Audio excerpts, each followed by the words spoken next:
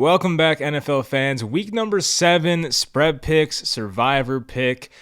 I did better last week. I couldn't get any worse because week 5 I went 2-12-1. Last week I went 8-5, so positive week, but my record on the season still sucks. I'm 38-47-4, so still pretty bad. But the goal by the end of the season is to get to 500, so we'll see if that happens. Survivor pick, it survived once again. We're a perfect 6-0. I picked the Rams against the Panthers last week, and I think Carolina, they may have went up 10-3 at one point, or maybe it was tied 10-10. That was, a little concerning, but the Rams had a much better second half, so that one survived.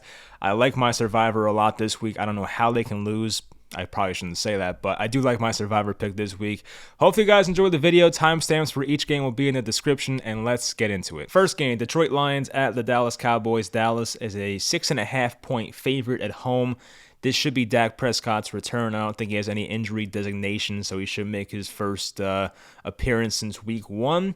So the Lions are coming off a bye, and I'm going to take them at plus 6.5. I do think it's too many points. I get the Lions may have the worst defense in all of football, but I look at it as this. The Lions are getting Amon-Ra St. Brown completely healthy now. DeAndre Swift might be back, so that Lions offense might be the same Lions offense we saw the first month of the season. And while Dallas's pass rush is amazing, Detroit has a very good offensive line, so they can try and mitigate that. And Dak Prescott coming back off of an injury, a pretty serious injury, can he, will he be great right away? I don't know about that. The Dallas Cowboys offense may take a bit to really get into the flow of things. It's 6.5 points. It's a pretty large spread. So with that said, I think the Lions can keep it close, and I'll take Detroit plus 6.5. This is actually the real first game. I skipped it somehow, but the Atlanta Falcons are at the Cincinnati Bengals. It's another 6.5-point spread. This one's in favor of the Bengals.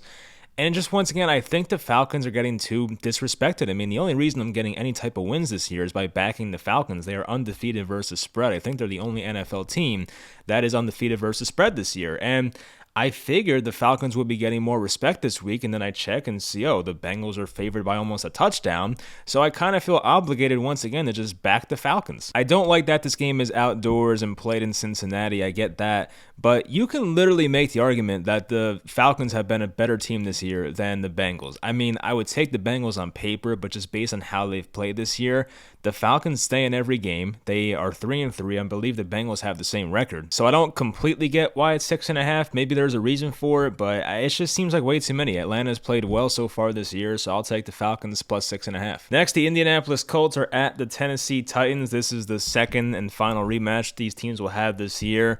Right now, the Titans are favored by 2.5, and last time these guys played in week 4, the Titans won that game by 7. It was 24-17, and I know the Colts may have made some improvements as a team. It can't get any worse, and now they get both their running backs back and Jonathan Taylor, Nyheim Hines. That will help, but I have Tennessee coming off a bye. Tennessee's the home team. I think Tennessee's the better team, and they're only favored by 2.5. I don't necessarily get the spread here. I get Matt Ryan's had more passing yards. He's been playing better. The Colts have kind of shuffled their offensive line. They're playing a bit better, but I still think Tennessee is a decent team, and I think, Derrick Henry coming off a bye, I do like that aspect, and I do think Tennessee's still well coached. There's a reason Mike Vrabel gets 9 wins or more every year, so I will take the Titans minus 2.5. Next, the Green Bay Packers, coming off 2 straight losses, are on the road at the Washington Commanders, and the Packers are 4.5-point favorites on the road.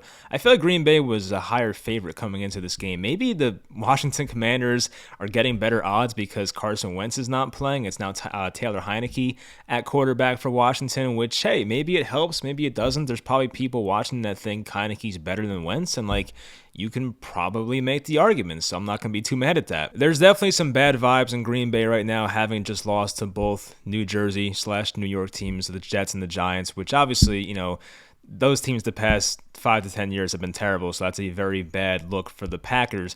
But Washington here, they're not that great. They just beat Chicago on a Thursday night, and without that muff punt by Velus Jones, they probably would have lost at Chicago. And while I don't think the Packers offense is that explosive anymore, you can still run on Washington right now, so I think Aaron Jones should probably have a good game in this one. And the Packers defense against a guy like Taylor Heineke, I would hope they can play good defense in this one. So I would expect Green Bay to win this one like 24-17, which ironically was just the score of the last game I was talking about with the Titans and the Colts. But I expect a score like that. It's only -4.5, not crazy. So I'll take Green Bay -4.5, but it's hard to have a lot of confidence in them right now. Next, the Tampa Bay Buccaneers are at the Carolina Panthers. Tampa Bay was a -11, but post the Christian McCaffrey trade, they're now a -13, so McCaffrey was the 2-point difference there. I will give my thoughts on that McCaffrey trade once we get to the Niners game because I have some thoughts about it. But anyway, for this game, Tampa -13, I'm going to take Tampa. I just don't know how I can really back Carolina right now. I went against them last week, and as I mentioned earlier, I think Carolina may have had the lead over the Rams at one point, and I was like, I should have taken the Panthers because the Rams suck. But I look at Tampa Bay coming off a pretty embarrassing loss against Kenny Pickett / Mitch Trubisky at Pittsburgh, and I got to think they're going to get their you-know-what together at some point here, and Carolina, while their defense is all right, their offense is putrid. I mean, literally their offense last week was just throw the ball to McCaffrey. They don't have that anymore. Guys like Deonta Foreman, Chuba Hubbard, they do not have a skill set in the same stratosphere as Christian McCaffrey. So I don't really know what the Panthers do. They have DJ Moore, but, the Buccaneers secondary has still played very well despite their run defense and pass rush not being as good as the past couple years. So I just don't know how Carolina scores. I think this is like a 27-10 type game. Tampa wins it, so I'll take Tampa -13. Next, the Giants and Jaguars. Jaguars are -3. If you watched my Giants preview yesterday, you know where I'm going with this one.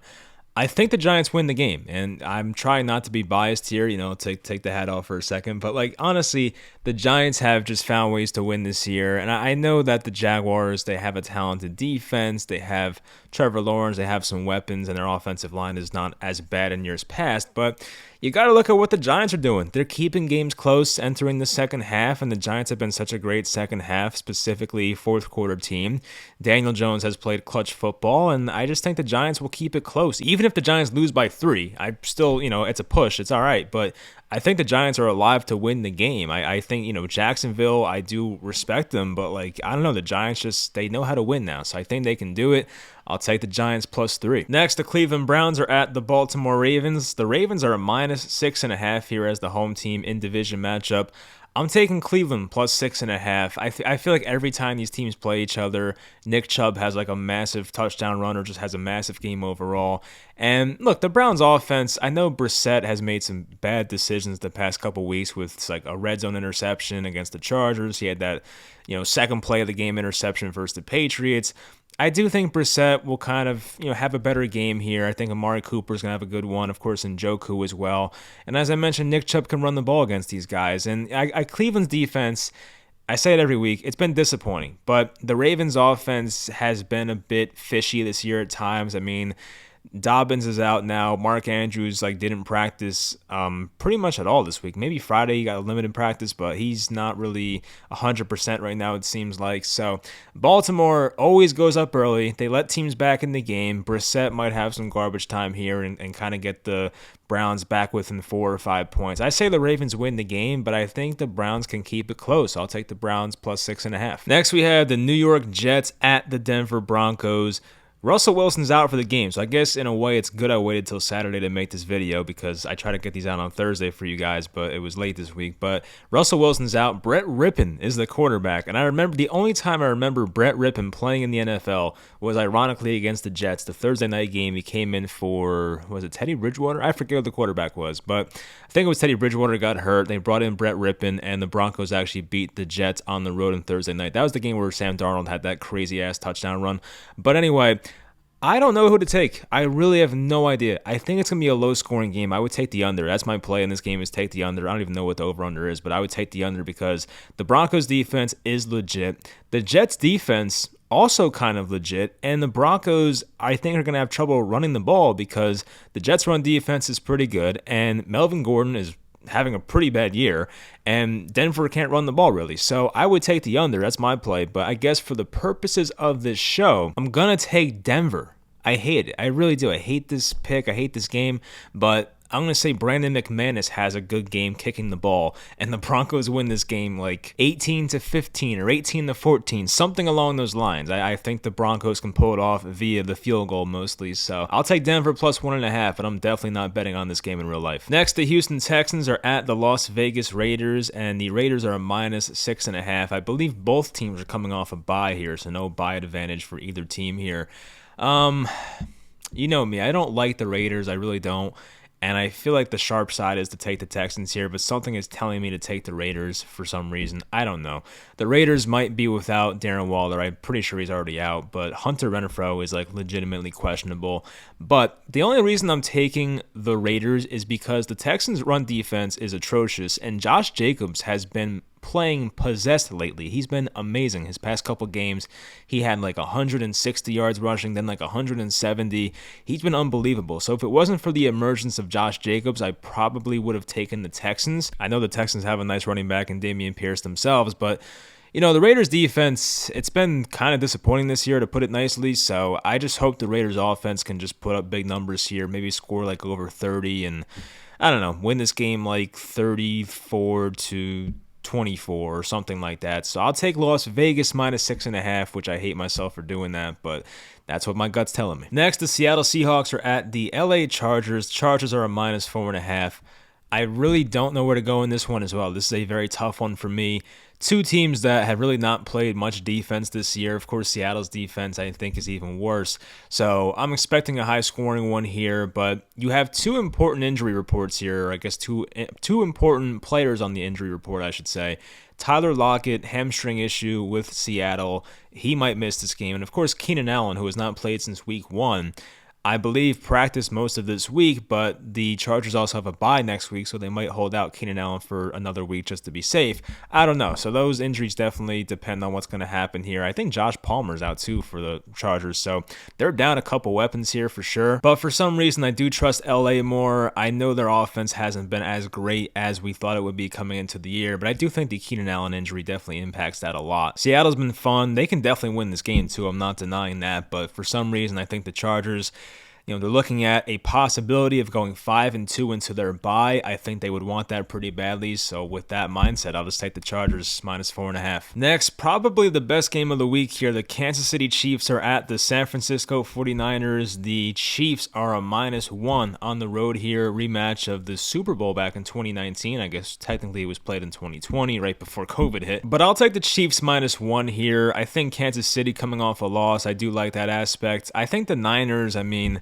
you know, they're off to maybe not the start they wanted to. Of course, their season kind of went sideways when Trey Lance, you know, broke his ankle, and it's kind of been weird ever since. But Garoppolo, once he gets Christian McCaffrey, is going to be better. And I do want to talk about that trade. I mean, I think the Panthers made out very well with that move. I mean, the amount of draft picks they got, getting McCaffrey's contract off the books, that is a win in itself. And for San Francisco, you are putting a lot of chips in the middle of the table here. I mean, the Niners don't have a draft pick forever, it seems like. I mean, they just pretty much traded their entire future for Trey Lance and now Christian McCaffrey. And McCaffrey, coming into this year, only played 12 games the past 2 years. I mean, it's a very, very risky move. I mean, we'll see how it plays out. Having McCaffrey and Deebo Samuel and Brandon Ayuk and George Kittle in the same offense is amazing, but there is a chance that McCaffrey is just injury prone and it just doesn't work out, so we'll see. But anyway, yeah, Kansas City's defense, it's not amazing, but it's not that bad either. It's like league average, so I think Kansas City's defense will be all right in this game, and their offense should be better. I know the Niners' defense is very legit. They're top 5 in the NFL, but this is Patrick Mahomes.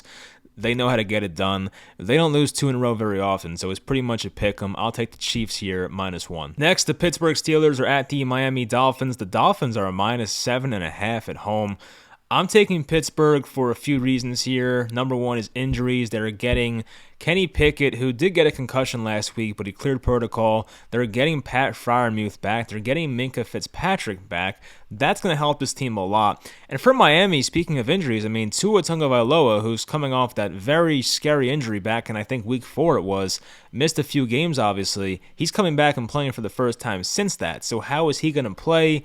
I don't know, but this is a Mike Tomlin coach team that really does keep games close for the most part. I don't think Pittsburgh will get blown out on national TV on Sunday night, so I think the Dolphins probably win this game, but I think Pittsburgh has the offense and defense to keep this one close. I don't love the Pittsburgh Steelers this year by any means, but for Miami, it's a weird situation with what Tua just went through, so it might take them a bit to get going here. So give me Pittsburgh plus 7.5. The Chicago Bears are at the New England Patriots. The Patriots are favorites by 8. Thanks, NFL, for another wonderful primetime game. We all appreciate this very much. So anyway, I'm going to take the Bears plus 8. I know that the Patriots are the superior team. I should probably take them. But the Bears have been a bit frisky, feisty, whatever word you want to use this year. They just find a way to keep themselves in games when they probably shouldn't be.